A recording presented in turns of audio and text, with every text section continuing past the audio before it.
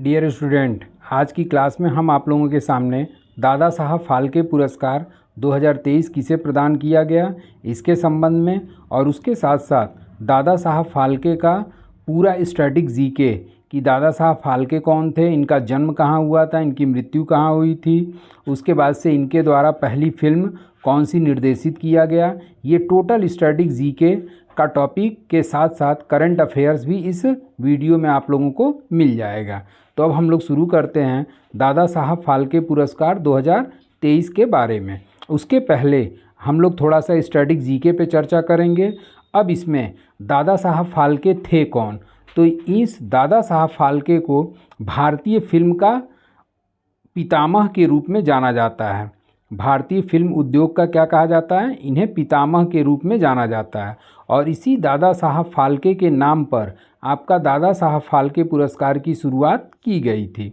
और ये दादा साहब फाल्के का जन्म कब हुआ था, तो इनका जन्म हुआ था 1870 ईस्वी में। जन्म 1870 महाराष्ट्र में इनका जन्म हुआ था। और ये जो दादा साहब फाल्के पुरस्कार होता है ये भारतीय फिल्म जगत का सर्वोच्च पुरस्कार होता है, जबकि विश्व फिल्म जगत का पुरस्कार आपका ऑस्कर अवार्ड होता है। और इस पर भी क्वेश्चन आपकी परीक्षाओं में पूछ चुका है कि विश्व फिल्म जगत का सर्वोच्च पुरस्कार कौन सा होता है, तो विश्व फिल्म जगत पूछेगा तो ऑस्कर अवार्ड हो जाएगा, और भारतीय फिल्म जगत का सर्वोच्च पुरस्कार पूछेगा तो वो आपका दादा साहब फाल्के पुरस्कार हो जाएगा। तो इस दादा साहब फाल्के को भारतीय फिल्म उद्योग का पितामह कहा जाता है, जिनका जन्म 1870 महाराष्ट्र में हुआ था और इनकी मृत्यु हुई थी 1944 में। 1944 महाराष्ट्र में ही इनकी मृत्यु हुई थी। अब अगले पेज पे हम लोग आते हैं और अगले पेज पे देखते हैं कि क्या क्वेश्चन बनता है। अब इसमें यह है कि दादा साहब फाल्के पुरस्कार की शुरुआत कब हुई थी, तो दादा साहब फाल्के पुरस्कार की जो शुरुआत हुई थी वो 1969 में हुई थी, 1969 में। और इसमें जो दादा साहब फाल्के पुरस्कार देने वाली संस्था है वो सूचना एवं प्रसारण, भारत सरकार का सूचना एवं प्रसारण मंत्रालय के द्वारा प्रत्येक वर्ष प्रदान किया जाता है। तो यहाँ पॉइंट्स क्या हो जाएगा, सूचना एवं प्रसारण मंत्रालय, प्रसारण मंत्रालय के द्वारा प्रत्येक वर्ष प्रदान किया जाता है। और ये जो दादा साहब फाल्के थे इनकी जो पहली निर्देशित फिल्म थी, ये भी आपके एसएससी वगैरह के एग्ज़ाम में पूछ चुका है, इनकी जो पहली निर्देशित फिल्म थी वो थी आपकी राजा हरिश्चंद्र, जो कि भारतीयों द्वारा निर्मित एक मूक फिल्म थी, मतलब इसमें आवाज़ नहीं थी। तो इसी दादा साहब फाल्के ने भारत की पहली फिल्म का निर्माण किया जिसका नाम राजा हरिश्चंद्र है। और इस दादा साहब फाल्के को देने वाली संस्था जो है वो भारत सरकार का सूचना एवं प्रसारण मंत्रालय के द्वारा प्रत्येक वर्ष दिया जाता है, जिस पुरस्कार की शुरुआत की गई थी 1969 में। और प्रथम दादा साहब फाल्के पुरस्कार किसे दिया गया, तो प्रथम दादा साहब फाल्के पुरस्कार फिल्म अभिनेत्री देविका रानी को प्रदान किया गया था, फिल्म अभिनेत्री देविका रानी। अब अगले पेज पे आते हैं और अगले पेज में देखते हैं कि क्या क्वेश्चन बनता है।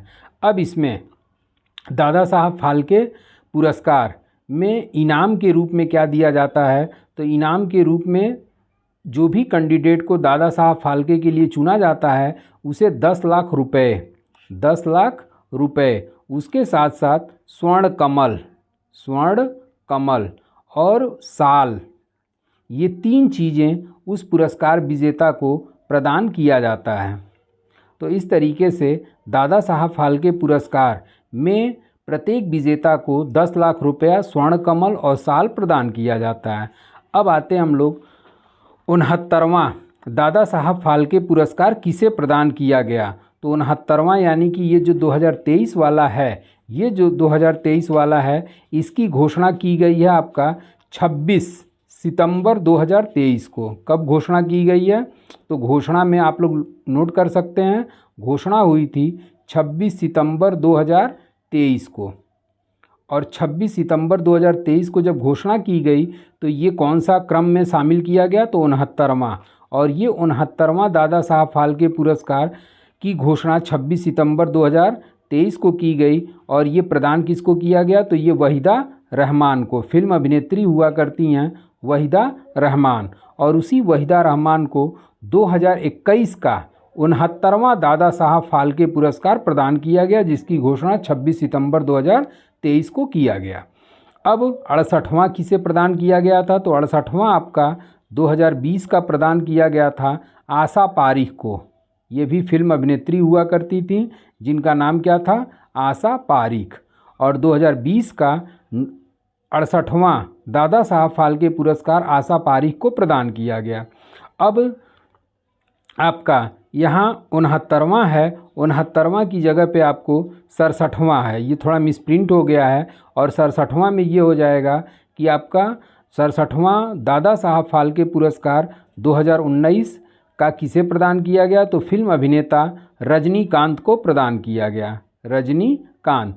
तो यहाँ पर थोड़ा सा ये एक साल आगे और एक साल पीछे का भी आप लोग ध्यान दीजिएगा, क्योंकि इसी वजह से हमने इसको पूरा एक साल आगे और पीछे का आप लोगों को नोट्स प्रोवाइड कराया है, क्योंकि आपकी परीक्षाओं में एक साल पीछे का भी पूछ देता है। तो उस समय आप सोचते हैं कि वहीदा रहमान तक पहुँचे थे, एक साल पीछे का क्यों नहीं देख लिए।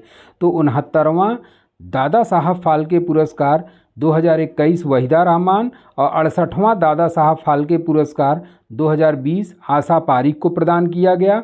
और प्रथम के बारे में हम लोग पढ़ ही चुके हैं कि पहला दादा साहब फाल्के पुरस्कार देविका रानी को प्रदान किया गया। अब इन वहीदा रहमान के बारे में जान लेते हैं कि वहीदा रहमान की जो कैरियर की शुरुआत हुई थी, ये कैरियर की शुरुआत इन्होंने सबसे पहले तेलुगु फिल्म से किया था, तेलुगु फिल्म। और इनके द्वारा जिस तेलुगु फिल्म में काम किया गया, उस तेलुगु फिल्म का नाम था रोजुलू मराई, रोजुलू मराई। और इसी रोजुलू मराई तेलुगु फिल्म से वहीदा रहमान ने अपने कैरियर की शुरुआत किया। इसके साथ साथ इन्होंने जिन फिल्मों में काम किया वो फिल्में हैं आपका प्यासा हो गया, उसके बाद से गाइड हो गया, गाइड के बाद से आपका खामोशी हो गई, खामोशी के बाद से आपका एक मूवी आई थी, बहुत हिट हुई थी, जिसका नाम है कभी कभी। उसके बाद से चांदनी, चांदनी के अलावा लम्हे और रंग दे बसंती, रंग दे बसंती। और इसके साथ साथ दिल्ली 6 नामक मूवी में भी इन्होंने लीड किया हुआ था। इसके साथ साथ इस दादा साहब फाल्के पुरस्कार के अलावा इन्हें और कौन कौन सा पुरस्कार प्राप्त हुआ है, तो पद्म श्री का पुरस्कार इन्होंने 1972 में इन्होंने ग्रहण किया। और पद्म भूषण से भी इन्हें सम्मानित किया गया है। और पद्म भूषण जो है इन्हें 2011 में प्रदान किया गया था। तो ये वहीदा रहमान 2011 में पद्म भूषण और 1972 में पद्मश्री से सम्मानित किया जा चुका है। और 2021 का 69वां दादा साहब फाल्के पुरस्कार वहीदा रहमान को प्रदान किया गया। तो इस तरीके से आपका वहीदा रहमान पे और भी जो भी जितने क्वेश्चन बनने की संभावना रहती है वो सारा हमने इसमें पुटअप कर दिया। और उसके साथ साथ स्टैटिक जीके वाला भी पार्ट पुटअप हो गया। तो आज के लिए बस इतना ही। Thank you so much.